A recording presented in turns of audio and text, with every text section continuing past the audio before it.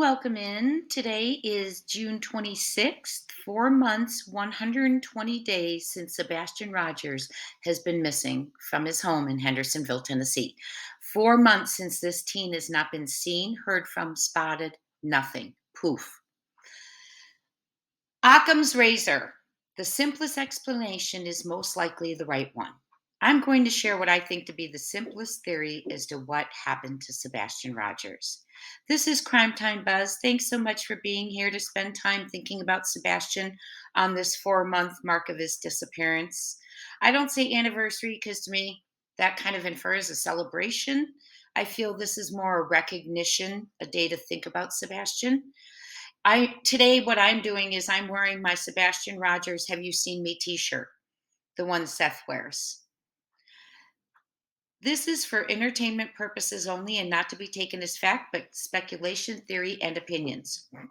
Let's discuss a theory that is the simplest explanation to me. It centers around the 10 p.m. thud. Facts we know. Sebastian had a fun filled day. Mom made a special breakfast, saw his cousin and aunt, went to BJ's groceries, shopping for snacks, played video games at the bowling alley, and then dinner with mom at Texas Roadhouse. We also know that Sebastian is active at night, doesn't sleep much, and I'll attach that video and audio from law enforcement at the end.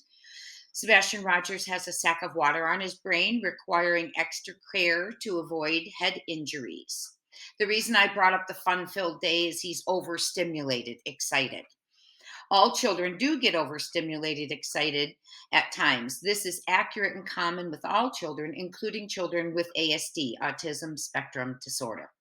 Okay, Occam's razor. Simplest theory to me is Sebastian was in his bedroom around 9 p.m. on Sunday, February 26th, but he was up and active, maybe jumping on his bed.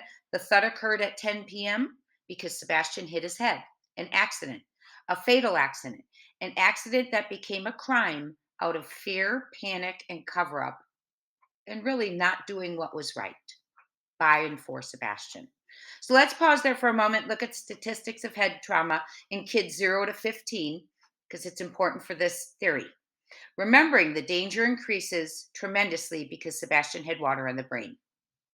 Brain injury is the leading cause of disability and death in children and adolescents in the United States, according to the Centers for Disease Control and Prevention. The two age groups at greatest risk for brain injury are 0 to 4 and 15 to 19. Sebastian is 15. Okay?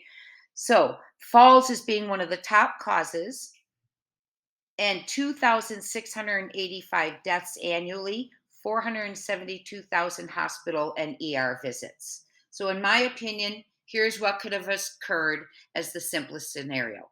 10 p.m., KP, who was home and in charge of Sebastian, was dozing on the couch, heard a thump, came from his room, and she did not get up and physically check on him. Allegedly, it was a verbal check.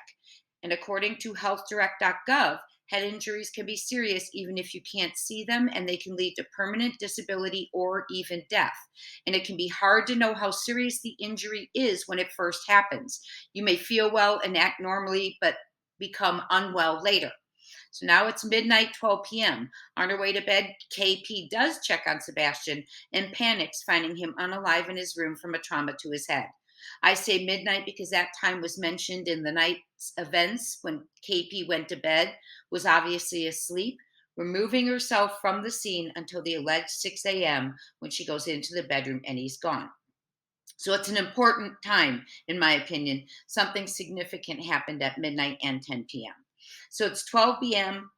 The cover up begins from fear of being blamed, from neglect of not checking on a child with a disability, water on the brain after hearing a thud, perhaps, or maybe an accident that may not have resulted in death if he had been checked on in time and received medical attention, fear of being held accountable for being the adult in charge, or fear the existing child family services file regarding Sebastian was going to be looked at.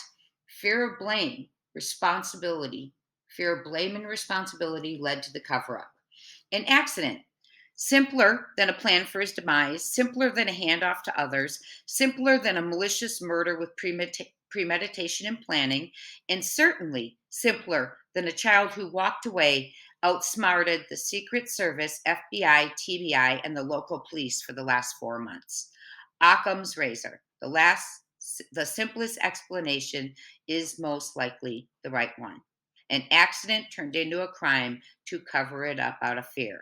In my opinion, KP has the key to unlock this mystery. Please let me know what you think and call 1-800 TBI Find if you know anything at all about the location or disappearance of Sebastian. Smash subscribe, hit the notification bell, please. If you enjoyed the video, like and share it. Thank you so much. I will see you next time. Stay safe, friends, and talk soon.